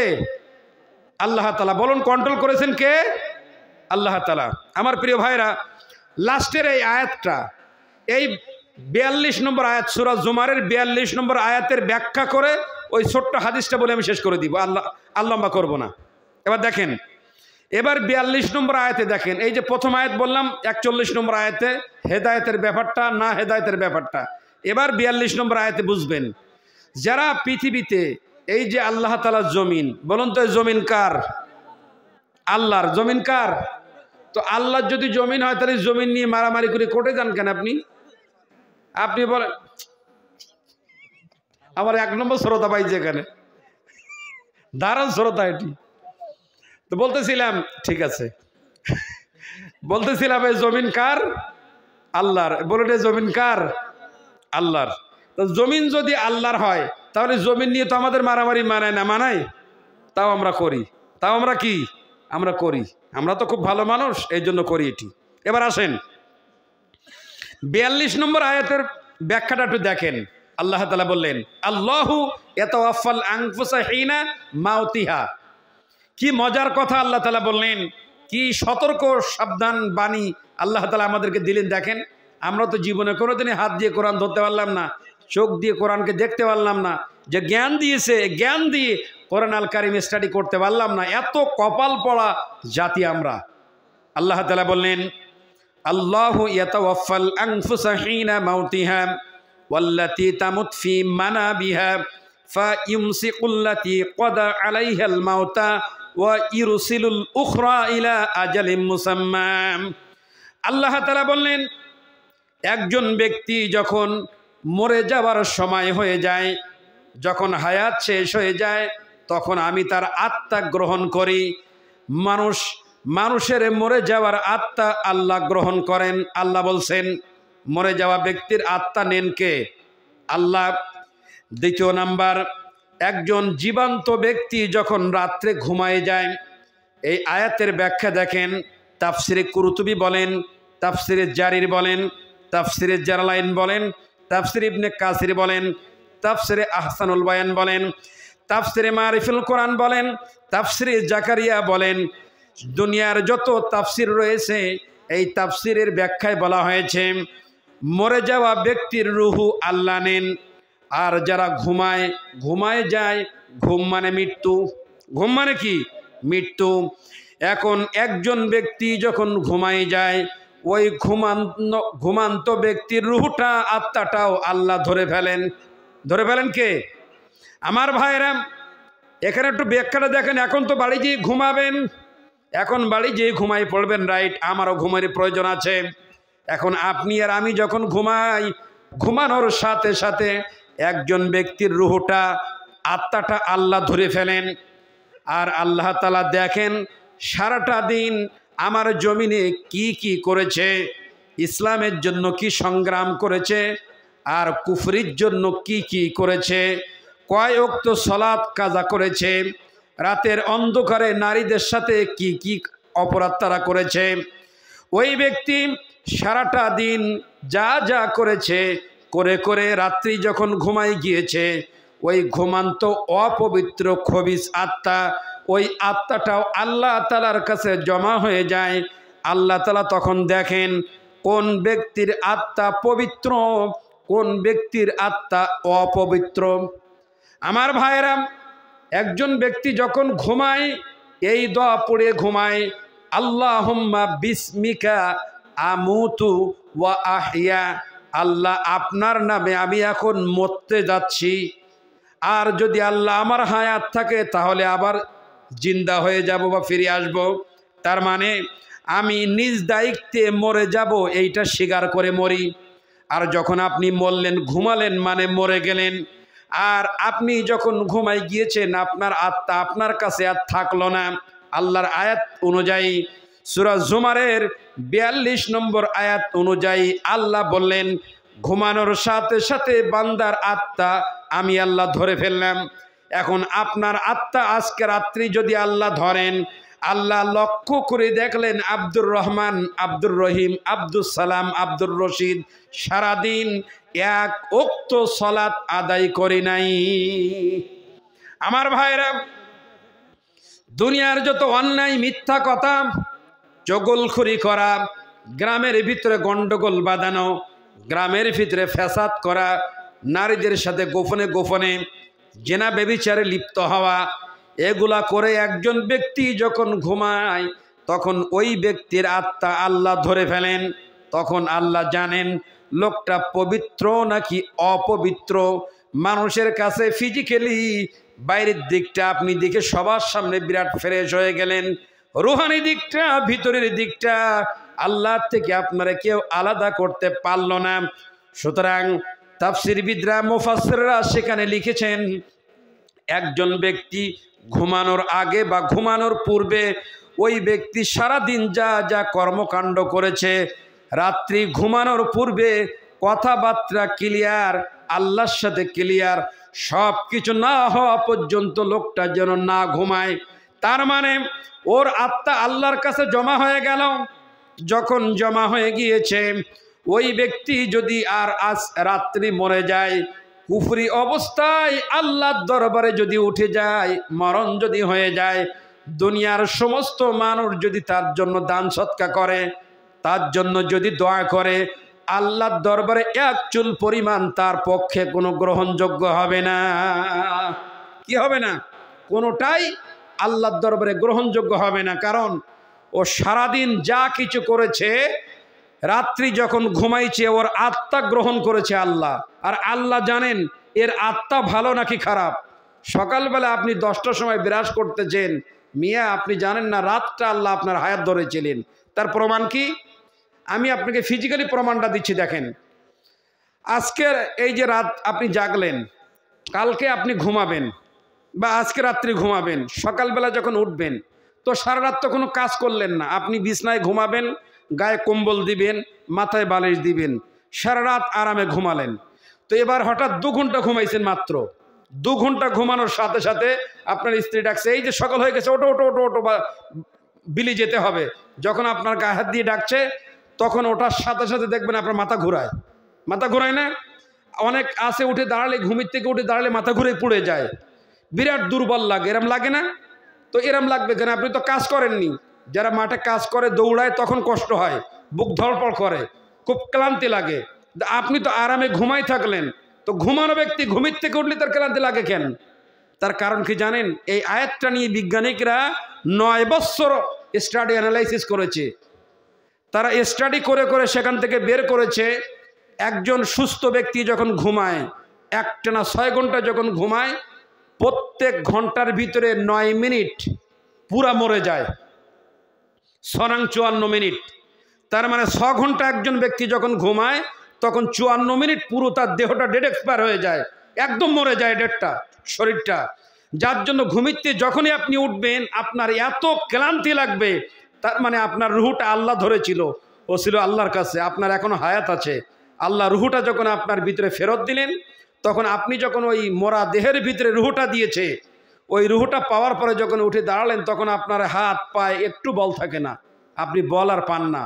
এই জন্য এই আয়াতটা এখানে বলার কারণ হলো এটাই, বিশেষ কারণ, প্রত্যেক দিন আমরা যে রাত্রি ঘুমাই আর প্রত্যেক দিন ডেড হই আর প্রত্যেক দিন আত্মা আল্লাহর কাছে যায়, একটু কি ভয় লাগে না যে আমি আল্লাহর সারাটা দিন ইবাদত করলাম না, সারাটা দিন নাফরমানি করলাম, মোবাইলে চ্যাটিং করলাম, মোবাইলে লেখালেখি করলাম, সব অন্যায় করলাম, আমার রুহটা আল্লাহর কাছে আজকে যাবে, আর আল্লাহ জানেন যে আমি কি করেছি। এই ভয় এই কোনো ব্যক্তির অন্তরে যদি থাকে, তাহলে ওই ব্যক্তি কোনো দিন কোনো সময়ের জন্য এক চুল পরিমাণ আল্লাহর সাথে নাফরমানি করবে না। করবে না কি? কমিটিতে যারা আছেন, দায়িত্বশীল ব্যক্তি ভাই যারা আছেন, মেহেরবানি করে আপনাদেরকে অনুরোধ করব, পরিবেশটা যদি ভালো হতো হয়তো আরও আমি গবেষণামূলক আরও ভালো কিছু কথা বলতে পারতাম, কিন্তু পরিবেশের কারণে আমি বলতে পারলাম না। আমার অনেক কথা আসছে, এখন বলতে ইচ্ছা করছে না। আর কথা নেওয়ার পরিবেশ তো লাগবে। দেখেন না, গবেষণাকার গবেষণা কেন্দ্র থাকে আলাদা। গবেষণা কেন্দ্রে যারা থাকে সেইখানে দেখবেন নামি দামি ব্যক্তিরা 1 ঘন্টা রিসার্চ করে। 1 ঘন্টা রিসার্চ যখন করে, ওই সেখানের পরিবেশটা কেমন থাকে, নীরব নিথিল পিন সাইনান। ওখানে যারা প্রফেসর থাকে একটা টপিকের উপরে যখন কথা বলে, ওইখানে যারা ওই গবেষণাগারে যারা বসে তারা অনেক হাই এডুকেটেড পার্সন ব্যক্তি, তারা তার কাছ থেকে জ্ঞানটা নেওয়ার জন্য চাতক পাখির মতো গবেষণা কেন্দ্রে বসে থাকে। তো আপনার কি মনে হয় দুনিয়ার যত গবেষণাগার আর গবেষণার বই আছে, কোরআন আল কারিমের চাইতে পৃথিবীর কোনো গবেষণা বই আর গবেষণাগার আর নেই। সুতরাং এটাও একটা গবেষণা কেন্দ্র ছিল, কিন্তু পরিবেশটা ভালো হয়নি। পরিবেশটা ভালো না হওয়ার কারণে ভালোভাবে উপস্থাপন হয়নি। এটা আমাদের সবার ব্যর্থতা। আল্লাহ তাআলা আমাদের তৌফিক দান করুক। সেটা হলো এই, আমি মাত্র 3টা আয়াত মূল পড়েছিলাম, 3টা আয়াতের ব্যাখ্যা করে দিয়েছি, হক আদায় হয়ে গেল। যে আয়াতগুলো পড়েছিলাম যদি আপনি বুঝে থাকেন, জীবনটা পাল্টে যাবে। আল্লাহ আমাদের তৌফিক দান করুক, আমিন। একটা হাদিস বলেছিলাম, হাদিসটা বলতে গেলে আর লম্বা হয়ে যাবে, আর বলবো না। 1:30 বেজে গেল, আর বলা আসলে রাইট নয়। কারণ এই যা করতেছি, এই করতে যেয়ে যদি ফজরের সালাত কাজা হয়ে যায়, তা আল্লাহ তো আমার আগে পিটাবে যে তুই এ কাজ কেন করলি, আর তারপর ধরবে তাদের। তখন আমি বলবো আল্লাহ আমার ধরো না, আমি বলেছিলাম আমার আগে দিতে দেয়নি, এরা দায়ী। আমি এখানে সামনাসামনি বলছি, আল্লাহ আমাকে ধরলে আমি অধিক পাঠাবো। আর তারাও চেষ্টা করতেছিল যে একটু দেরিতে করে মানুষগুলো এসে যদি আল্লাহর ঘরটা করা হয়, নিয়তটা হলো এই। কিন্তু মুশকিল কি, আল্লাহ তাআলা বললেন ওমা তাশাউনা ইল্লা আইয়াশা আল্লাহ, আল্লাহ মানুষের জন্য যা নির্ধারণ করেছেন তাই হবে, আপনি আর আমি যা চাবো তা হবে না। একথা কার? কর্তৃপক্ষ সর্বোচ্চ চেষ্টা করেছেন, কিন্তু আল্লাহ যেটা বলেছেন সেটাই হবে। তবে শুনে নিন, আল্লাহর ঘর বাধা থাকবে না। আল্লাহর ঘর জীবনে কোনোদিন কোনো জায়গায় বাধা ছিল না, বাধা থাকেনি, বাধা থাকবে না। ও টুডি টুমার হবেই হবে না। শুধু আপনি আর আমি, আমাদের আমল আকীদা পরিবর্তন হবে না। মসজিদ মার্বেল পাথর বলেন, টাইলস বলেন, 3-4 তলা বলেন, দিনে দিনে সব হয়ে যাবে। আমার যে অধপতন, সেই অধপতনই থেকে গেলাম, আমার পরিবর্তন হলো না। আল্লাহ আমাদের তৌফিক দান করুক, আমিন। সর্বশেষ আপনাদের কাছে আমার ছোট্ট একটা রিকোয়েস্ট। এতক্ষণ আপনাদের সাথে থাকলাম, আমি আপনাদেরকে চিনি না, আপনারা আমার চেনেন না। চেনেন? এখন এই সুন্দর চেহারাগুলো আল্লাহ তাআলা কিয়ামতের মাঠে আল্লাহর আরশের নিচে যেন বসতে পারি, একে আমরা চাই কি চাই না? চাই কি না? চাই না। আমরা এখানে ইসলামের আলোচনা করা হলো, আল্লাহর কথা বলা হলো, আল্লাহর বড়ত্বের কথা বলা হলো। এই জায়গাটা একটু চুপ করেন। এই জায়গাটা এত দামি, নাজ্জালাত আলাইহিমুস সাকিনা। যতক্ষণ এখানে আমরা আছি, আল্লাহর ফেরেশতারা একেবারে আকাশ পর্যন্ত বেষ্টন করে রেখে আল্লাহর রহমত নাজিল হচ্ছে, এখানে সাকিনা নাজিল হচ্ছে। আমরা যে মানুষ কম হয়ে গেল, এখানে আল্লাহর ওই সকিনা রহমতটা অবিরাম ঝরছে, আমাদের ভাগে বেশি হয়ে গেল। এখন আল্লাহর ঘর, যেখানে সেজদা করবে আল্লাহর বান্দা, কপালের ফিঙ্গার, হাতের ফিঙ্গার, পায়ের ফিঙ্গার, শতবার শত সহস্রবার মানুষরা ওখানে করবে। আর ওখানে যারা যারা ফিঙ্গার পড়বে, ওই ফিঙ্গারের জায়গা আল্লাহর দরবারে উঠে বলবে আল্লাহ এই হলো ইমাম, এই হলো মুয়াজ্জিন, এই হলো মুসল্লি, এরা এখানে দিয়ে দিয়ে সেজদা করেছিল। আল্লাহ তখন বলবেন যে ওই ঘর কারা নির্মাণ করেছিল তাদেরকে ডাকো। আমরা বা আপনারা এত বড় সৌভাগ্যবান ব্যক্তি যে আল্লাহ ঘরের একটা ইটের দাম, একটু রডের দাম, একটু সিমেন্ট মাটির দাম, একটু বালুর দাম আল্লাহ আমার মতন নালায়েক ব্যক্তির দিয়ে আল্লাহ তাআলা করাইছেন। আমার চেয়ে সৌভাগ্যবান আর কোন ব্যক্তি আছে? সুতরাং শেষ সময় আমি মুসাফির ব্যক্তি, সালাসুম মুস্তাজাবুদ দাওয়া, 3 ব্যক্তি দা আল্লাহর আরশে পৌঁছাতে বাধা নেই, তার একটি হলো মুসাফির। আমি মুসাফির হালাতে এখনও আছি, আপনাদের জন্য দোয়া করি, আপনারা আমার জন্য দোয়া করবেন। এখন আল্লাহর ঘরের জন্য আমি ভিক্ষার মতো হাত ভাবছি আপনাদের জন্য। লাস্ট টাইম, ইন্নামাল আমালু বিল খাওয়াতিম, শেষ ভালো যার সব ভালো তার। মা বোন যারা আছেন পর্দার ভিতরে, আমার প্রিয় মা বোনদের জন্য আল্লাহর কাছে হেদায়েতের জন্য সর্বোচ্চ দোয়া করি।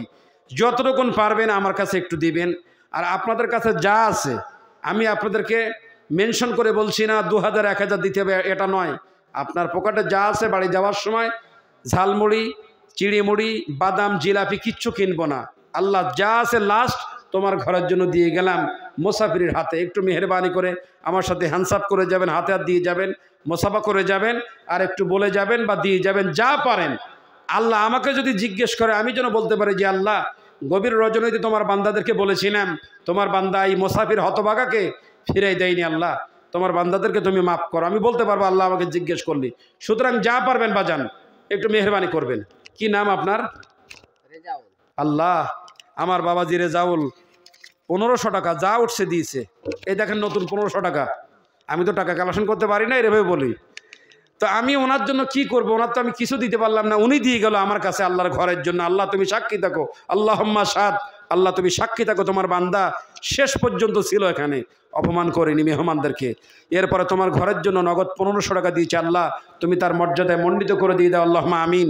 আল্লাহ রেজাউল নাম, আল্লাহ তাআলা মেহেরবানি করে তুমি তোমার ঘরের, তোমার জান্নাতে একটা ঘর তার জন্য নির্মাণ করে দিয়ে দাও, আল্লাহুম্মা আমিন।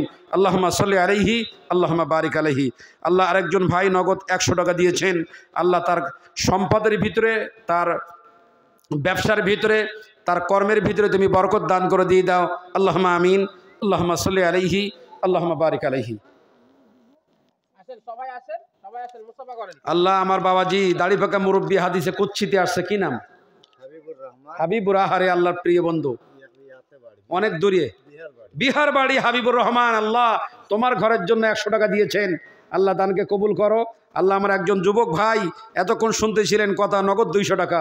আল্লাহ তার দানকে তুমি কবুল আর মঞ্জুর করে নাও। আল্লাহ যুবক ভাই একদম টল ফেকার 500 টাকা দিয়েছেন। আল্লাহ আমার যুবক ভাইকে তুমি কবুল আর মঞ্জুর করে নাও। রাহুল, আল্লাহ রাহুল নাম, আল্লাহ তুমি তার ইসলামের খাদেম হিসেবে কবুল করে নিয়ে নাও। আমার একজন বাবাজি নগদ 100 টাকা দিয়েছেন। আল্লাহ তার দানকে তুমি কবুল আর মঞ্জুর করে নিয়ে নাও, আল্লাহুম্মা সাল্লি আলাইহি, আল্লাহুম্মা বারিক আলাইহি।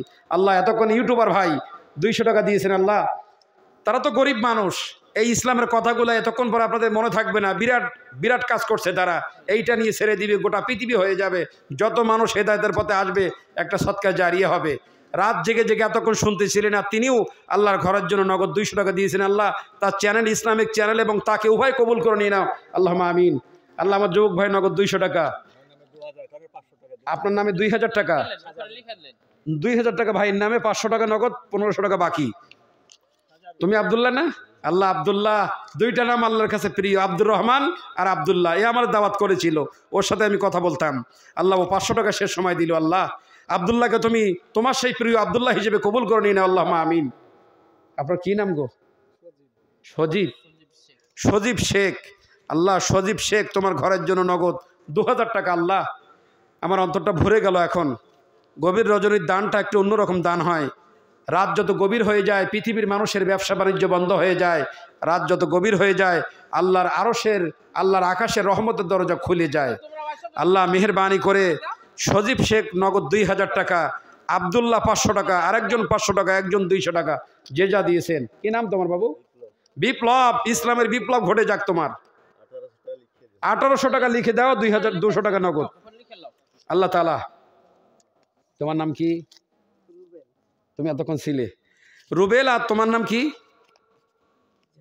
জামিল, মানে সুন্দর। আল্লাহ 100 টাকা নগদ দিয়েছেন। আল্লাহ ছোট্ট মানুষ, আল্লাহ তুমি তার দানকে কবুল আর মঞ্জুর করে নিও। তোমার নাম কি বাবু? নামাজ কালাম পড়ো তোমরা, সালাত আদায় করো। আল্লাহ 200 টাকা দিয়েছে বাবু। আহারে প্রতিবন্ধী ছেলে, আহারে আল্লাহ তার টাকার ভিতরে তুমি বরকত দাও। আল্লাহ তুমি তার সুস্থতা তো আর হবে কিনা জানি না, এই অসুস্থতায় আল্লাহ তাআলা তুমি তার জান্নাতে যাবার মানে কঠিন পথটা আল্লাহ তুমি সহজ করে দিয়ে দাও, আল্লাহুম্মা আমিন। ইন্না আলাইনা আলাল হুদা, যে হেদায়েতের পথটা আল্লাহ তাআলা দেখাইছেন, আল্লাহ তাআলা হেদায়েতটা তার সামনে উন্মোচন করে দিয়ে দাও, আল্লাহুম্মা আমিন। আল্লাহ আমার বাবাজি এই গভীর রজনীতে 100 টাকা দিয়েছে। আল্লাহ এই টাকার ভিতরে তুমি বরকত দাও, আমিন। আল্লাহ তাআলা আমার বাবাজিকে হেদায়েত দাও। 50 কেজি গম আল্লাহর ঘরের জন্য দিয়েছেন, 50 কেজি গম। কি নাম বাবাজি? এই যে জাহেরউদ্দিন 50 কেজি লিখছেন আপনারা। আপনাদের অবস্থা থেকে মনে হচ্ছে খুব ক্লান্তিতে, খুব চিন্তিত আছেন না? আরে আল্লাহর ঘর আবাবি মানে তৈরান মানে পাখি, পাখি দিয়ে যদি আল্লাহর ঘর হেফাজত করে, আপনি চিন্তা করছেন কেন? কোনো চিন্তা করেন না।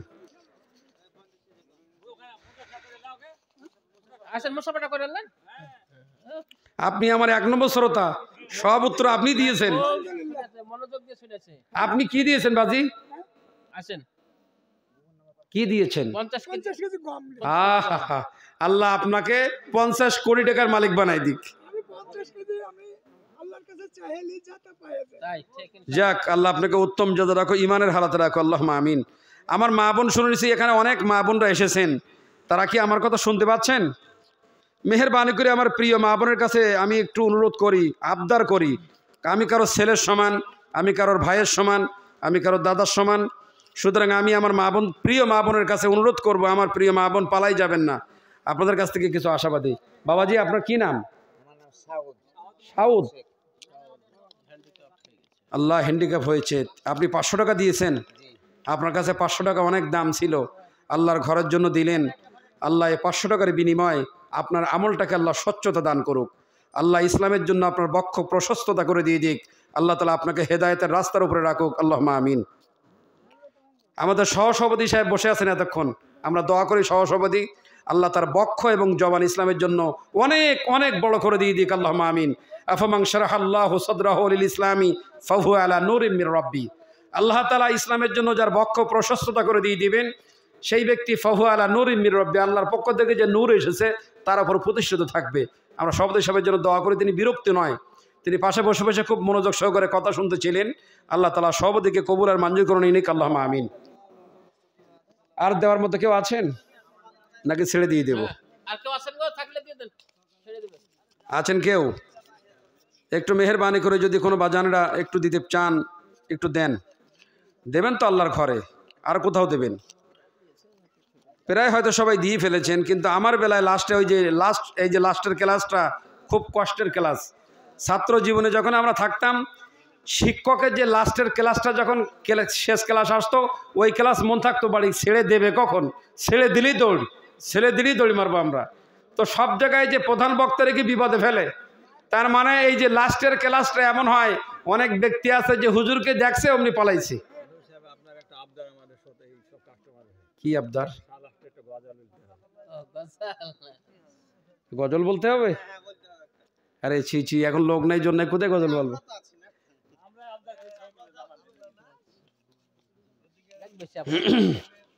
শুকরিয়া, আপনাদের শুকরিয়া আদায় করি, আপনাদের জন্য দোয়া করি, দায়িত্বশীল ব্যক্তির জন্য দোয়া করি।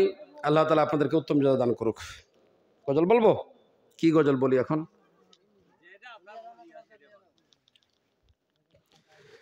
হৃদয়ের জানালা খুলে দাও না,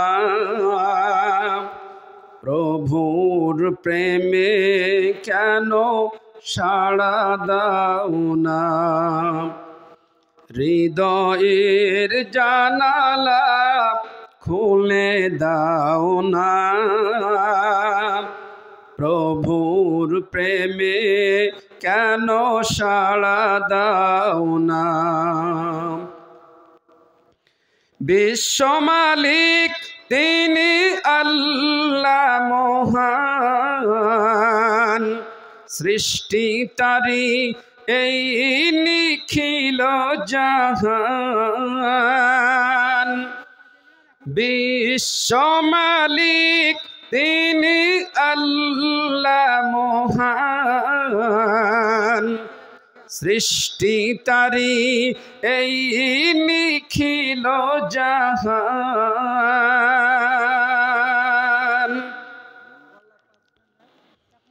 তার কাছে কেন মোরা হাত পাতো না, প্রভুর প্রেমে কেন সাড়া দাও না। হৃদয়ের জানালা খুলে দাও না, প্রভুর প্রেমে কেন সাড়া দাও না। শেষ করে দিলাম। সুবহানাকাল্লাহুম্মা ওয়া বিহামদিকা আশহাদু আল্লা ইলাহা ইল্লা আনতা আস্তাগফিরুকা ওয়া আতুবু ইলাইক। আসসালামু আলাইকুম ওয়া রাহমাতুল্লাহ।